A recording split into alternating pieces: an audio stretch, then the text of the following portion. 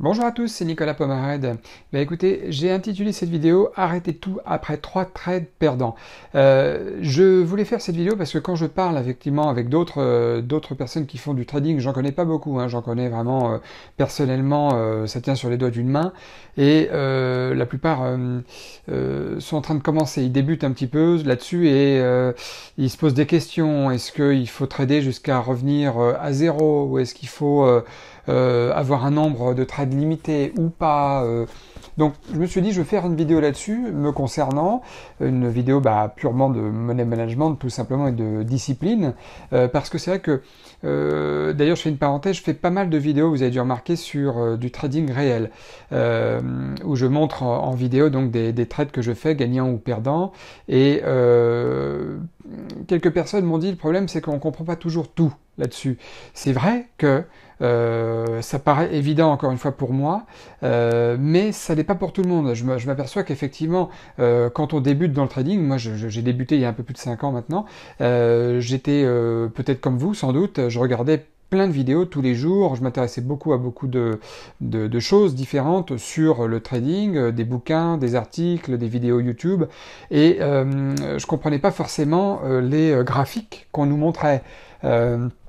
Surtout quand ils étaient avec des multitudes d'indicateurs techniques, je trouvais ça super louche, surtout quand les vidéos duraient 30 minutes, 1 heure, 2 heures parfois, je comprenais rien du tout, et aujourd'hui j'ai compris une chose, c'est que je pense que ce qui est le plus important pour vous, vous qui vous posez des questions, vous qui démarrez dans le trading, c'est effectivement avoir un peu plus de contenu, et à partir d'aujourd'hui c'est ce que je vais faire. Je vais peut-être mettre un petit peu moins de vidéos de trading réel, hein, des vidéos tout simplement d'initiés, mais quand vous aurez plus d'expérience, plus de recul là-dessus, je pense que les vidéos de trading réel, vous les apprécierez davantage, à mon avis.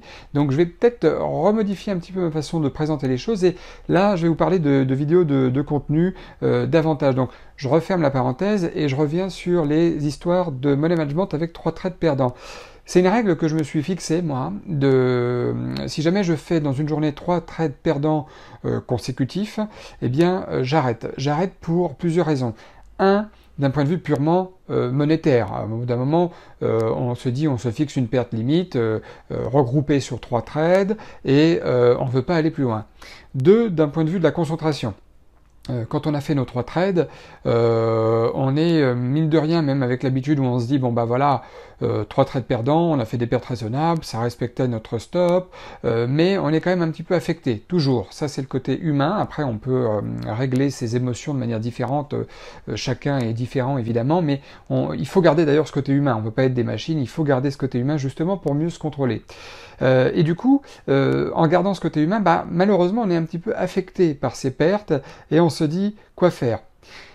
Soit je retente un coup parce que je trouve qu'il y a une configuration vraiment topissime sur un titre qui me demande vraiment de venir dessus, soit on respecte son plan et on dit non, j'ai fait 3 trades perdants, même si ça s'est fait en moins de 10 minutes, et c'est dommage parce que je viens à peine de commencer la journée et déjà il faut que j'arrête, et on se discipline, on se dit qu'on arrête.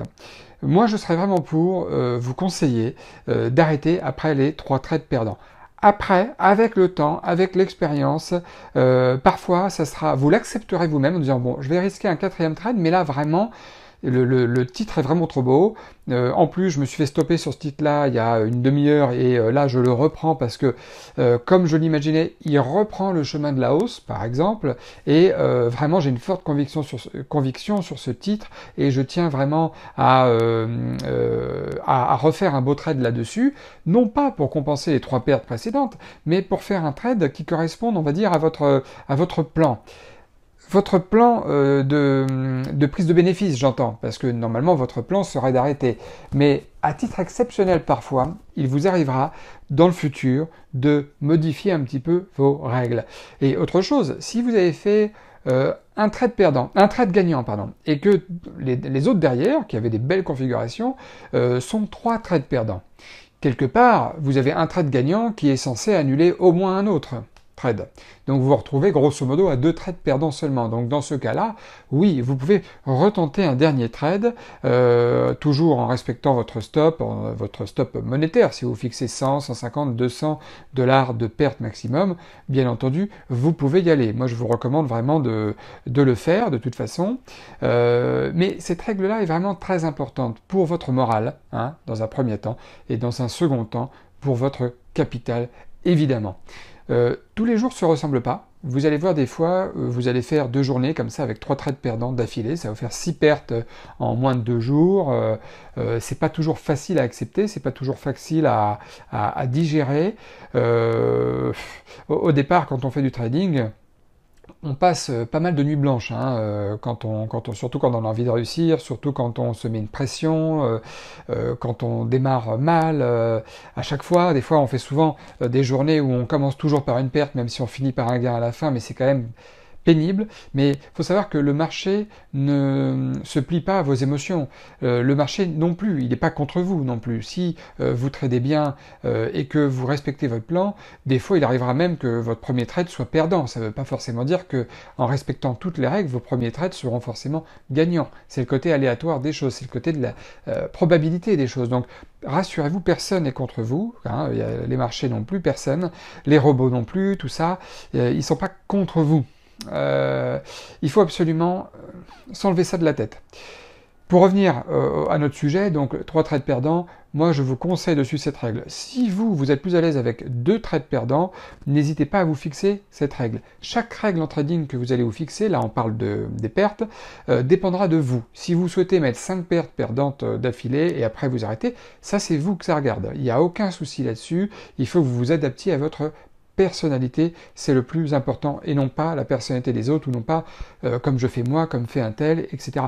Il y a vraiment... vous pouvez vous inspirer, hein, il faut faire ça d'ailleurs, il faut s'inspirer, il faut prendre pour modèle certaines personnes qui vous inspirent, mais il faut aussi se connaître soi-même, et le trading, tous les jours, c'est pas un combat contre les autres, contre le marché, c'est surtout un combat contre vous-même, vous verrez, c'est vous que vous allez connaître, c'est vous et votre caractère que vous allez développer, que vous allez forger avec le temps, et c'est vous qui allez progresser avec le temps. Bon, j'espère que vous avez aimé la vidéo. Comme d'habitude, je vous le dis souvent, mais je le redis encore parce que à force d'insister, de persister, bah, on finit par y arriver. N'hésitez pas à me laisser un pouce, un commentaire aussi, puis abonnez-vous à la chaîne. Et puis surtout, dans les commentaires, mettez-moi des commentaires qui pourraient être constructifs. Si vous avez des choses que vous avez envie dont vous avez envie de parler, n'hésitez surtout pas à le faire.